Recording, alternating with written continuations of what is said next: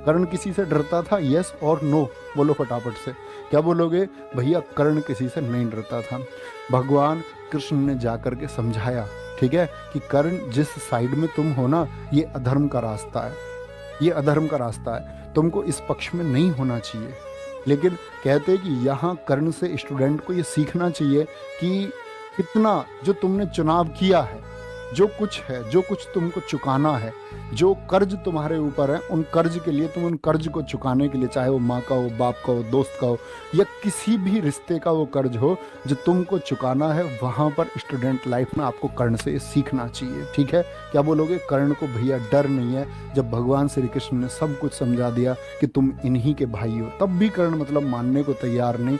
तब कर्ण की कुछ लाइन है बच्चे, और अपने जीवन में तुम एक बात याद रख लेना, अगर तुमने सोचा है कि तुम कॉम्पिटिटिव एग्जाम पास करोगे, कि कॉम्पिटिटिव एग्जाम तुमको पास करना है, तो तुमको उस हौसले से डिगना नहीं। डिगने का मतलब है कुछ भी स्थिति आ जाए। अभी एक बच्चा मिला मुझे, इसका बच्चे क्या नाम था मानो, हाँ शिवम शर्मा, एक बच्चा मिला हमारे यहाँ पड़ोसी गांव का। अभी सुनो, उसने बताया एसएससी जीडी में उसका बच्चे का स्कोर लगभग 140 के आसपास है।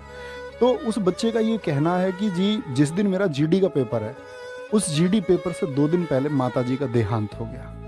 आप समझ सकते हो स्थिति। बोला जी पिछला जीडी भी देना था, तो पिछले जीडी में भी मम्मी हॉस्पिटल में थी, तो मम्मी ने इस बार ये मुझसे बोला था कि तुमको, तुम्हारी नौकरी पहले भी लग जाती और इस बार तुमको नौकरी लगना है। कह रहा कि भैया मम्मी ये एक्सपायर हुई है, 2 दिन पहले मैं पेपर देने गया हूँ, और कह रहा कि ये स्थिति है, मम्मी हमारी एक्सपायर हो गई।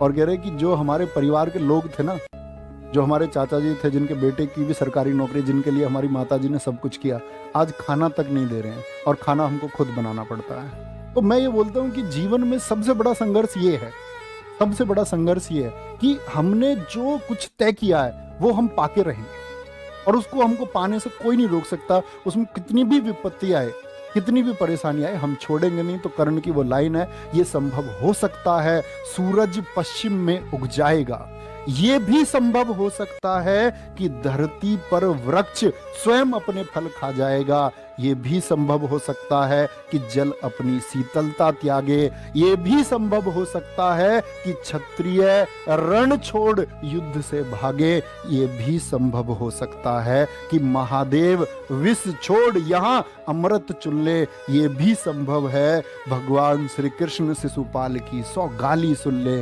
ये भी संभव है।